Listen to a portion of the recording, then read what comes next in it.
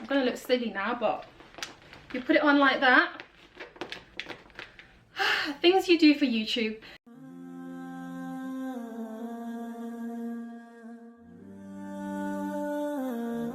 Salam guys, welcome back to my channel. I pray that you are all in the best of health and iman. If you are new, welcome to my channel, and if you're an oldie but a goodie, jazakallah khair for coming back. Now in today's video I am making a video about hair care. Now before I begin today's video, I'd just like to put out a disclaimer out there that the hijab does not cause hair care issues.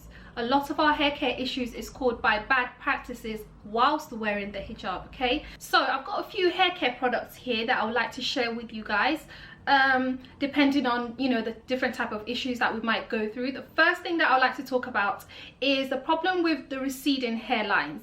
Now, if you've been wearing hijab for a certain amount of time, you may or may not have experienced this. Now, I think that the problem is actually coming from the fact that majority of the time we put our hair in a bun and wrap it up and then put it on the scarf and, you know, make our hijab all tight. I think that could be one of the causes of the receding hairline.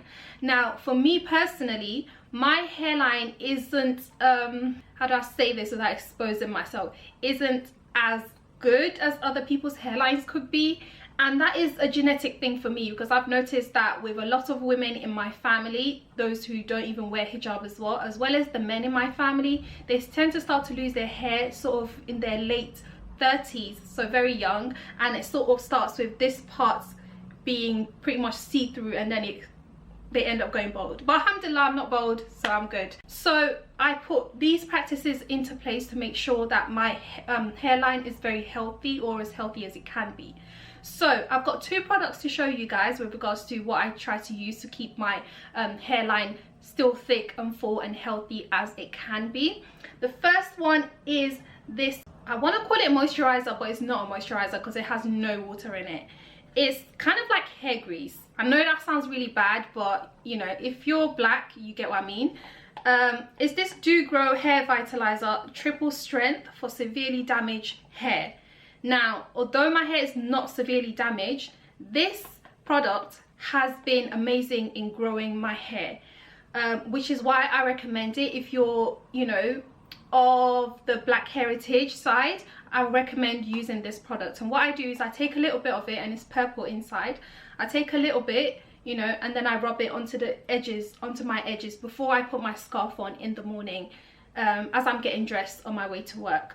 And doing this every day actually helps me to maintain my hairline, because it just makes it a lot more stronger. So using something like this, some kind of a growth aid, could really help. Now if you're all about the natural oils and stuff, I've also got something else to show you, and that is this, the Sunny Owl Jamaican Black Castor Oil. Now you don't even, it doesn't have to be this specific brand, it could be any brand of Jamaican Black Castor Oil, because you know, through experience I found that the black castor oil is a little bit more potent than the regular castor oil, but whatever you can get your hands on can really help. So again, just applying a little bit of this onto your hands and rubbing it into your hairline can help to keep that hair strong or prevent it from breaking.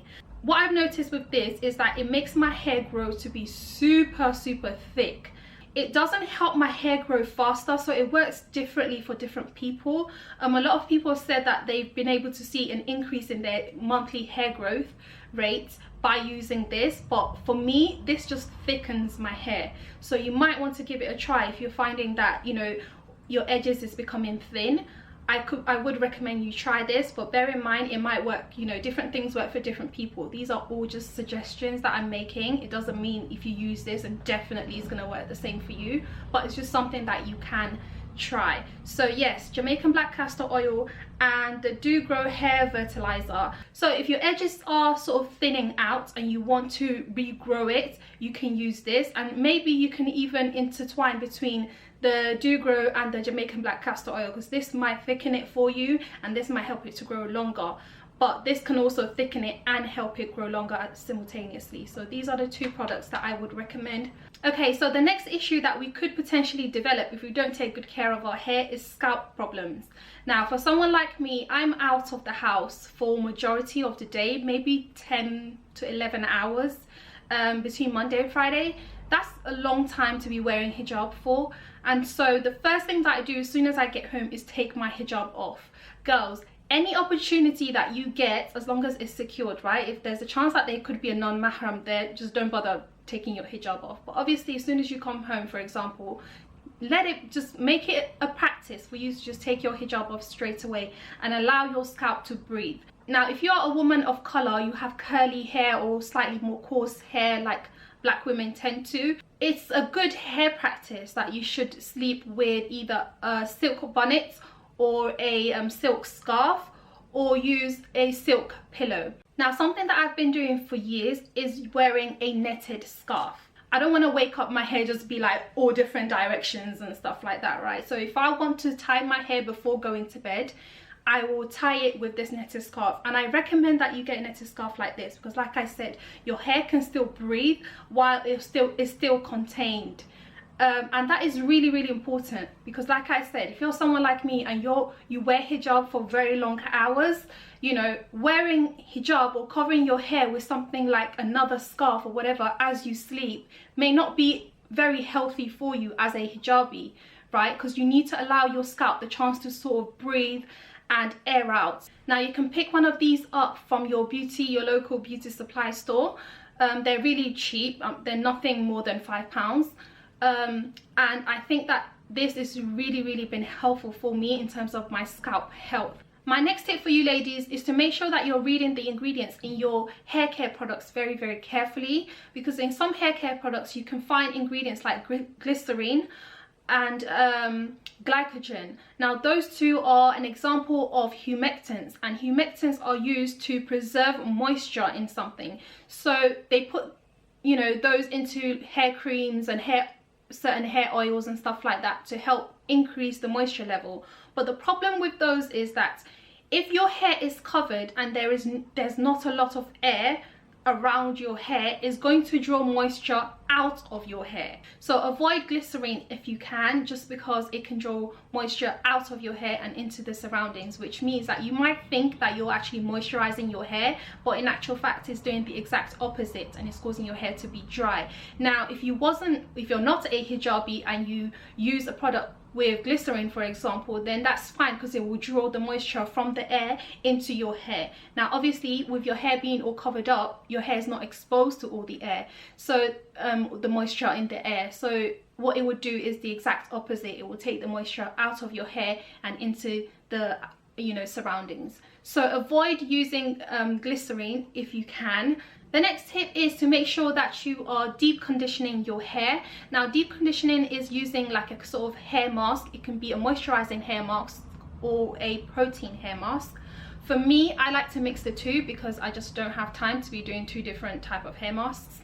And what you do is you put the hair mask into your hair and you cover it up with a shower cap or whatever, and you can leave it in or wrap a towel around your hair to create heat, so that way the products can penetrate into your hair shaft. The hair mask that I use is this olive oil hair mayonnaise. It was so hard trying to find a protein product that did not have gelatin in it, and that is another thing as well, because my hair needs more protein, so I try to use more of a protein based hair mask. But what I do to balance the oil as well in there is I add my natural oils in here, and I mix it up, and I take a certain amount, apply it through my hair, and then I put the heat, and I'll show you the product that I use to apply heat to my hair in a moment. But yes, it's so hard to find products that do not have gelatin in it. So when you are also buying your hair care products, make sure that you read the ingredients list and make sure you check for gelatin. Now, sometimes people call gelatin very different names, you can be given a scientific name and stuff like that, so you need to be aware of all the different type of names that people can give to gelatin. So yes, this one I have found did not have, as far as I'm aware, does not have any gelatin in it, so that works really great for me. So this is what I tend to use about once a month, and it helps to strengthen my hair and moisturize my hair. especially if you're a woman of color or if you're a black woman. We all know that our hair loses moisture just like that, okay? Loses moisture very easily, so deep conditioning is very important. Now, after I've applied this to my hair and I've used a shower cap over it, if your hair is relaxed or your hair is very fine, and you're in the process of regrowing your hair, I would recommend that you use a steaming cap. I have this steaming cap that I've got from my local beauty supply store, and I've had it for a long time. I tend to use this about once a month to, you know, further enhance my protein conditioner that I apply to my hair. And it's just basically a cap like that. You put it on. I'm gonna look silly now, but you put it on like that. Things you do for YouTube. So you put it on like that, and you know, you plug it in. This particular one has 3 different settings, and the higher the setting, the hotter the cap goes. It does not get so hot that, you know, it's gonna burn your scalp or anything like that. It just warms up, and I sit under this for about half an hour, and then once I'm done, I go back and wash my hair. So I would recommend doing a kind of hair treatment for yourself, and do a at-home hair treatment. I think it's a lot more cheaper, and of course you don't have to worry about finding a hairstyle place where it's only women only, you know. So yeah, I leave that in for half an hour. After the half an hour, I just go and wash my hair out, and I found that it's really kept my hair really strong. And so that's how I've been able to like maintain the health of my hair, is by making sure that I do a hair mask treatment every month. I think I do this every month. So as hijabis, you know, anything that we can do to help boost the moisture in our hair naturally, I think will go a very long way for us. So this is one of the ways that you can achieve. Okay, my final tip, guys, after looking so silly in that hat, but yeah, my final tip is to try to make sure that you eat a very healthy, balanced meal. And I say that because sometimes us hijabis can lack in vitamin D because our skin is not exposed to the sunlight, so it can be difficult for us to get vitamin D's. So, you know, I know there aren't that many food that you can actually, you know, eat to get vitamin D. So what I do is I just take a supplement. I take vitamin D supplements. So you can take vitamin D supplements, and vitamin D actually has a lot of health benefits in terms of your hair growth and scalp health and all of that. So try to incorporate that into your diet if you can. Right, last but not least is to make sure as much as you can to wear cotton hijabs. I know I'm not demonstrating a perfect example right now, but you know, it's healthy for your hair for you to wear cotton hijabs because they allow for your scalp to breathe. And like I said, if you're someone like me, you wear hijab for long hours, you can really do with wearing a cotton hijab, switching up some of your other hijabs for your cotton hijab, or just making sure that your everyday type hijabs are cotton ones, you know. So that's going to help with the scalp health of your hair. So ladies, that is all I have for you today with regards to hair care as hijabis. I hope that you found some sort of good tips in here that you might try. Any of the products I may have mentioned, if I can find links to them, I will leave it in the description box down below for you all. I pray that you enjoyed this video. If you have any more sort of video ideas things you would like me to cover, you know, I'm always willing to share the things that I'm learning and things that I'm trying to put into place. So yeah, let me know in the comment section down below. Also, I really like to know what are some of the hair care problems that you guys are facing, because I think I've kind of got my hair care routine down to a T now. So I know what works for me, so I've been sticking to it, but it'd be interested to know, you know, what are some of the other issues that you guys are going through. So maybe if there's something within my hair care routine that I can share with you guys, then you know, I might be able to make a future video to discuss and share that. So yeah, let me know, guys. Jazakallah khair for watching, guys. I will see you all in my next video. Don't forget to like, comment and subscribe, and I will see you all in my next video. Salam.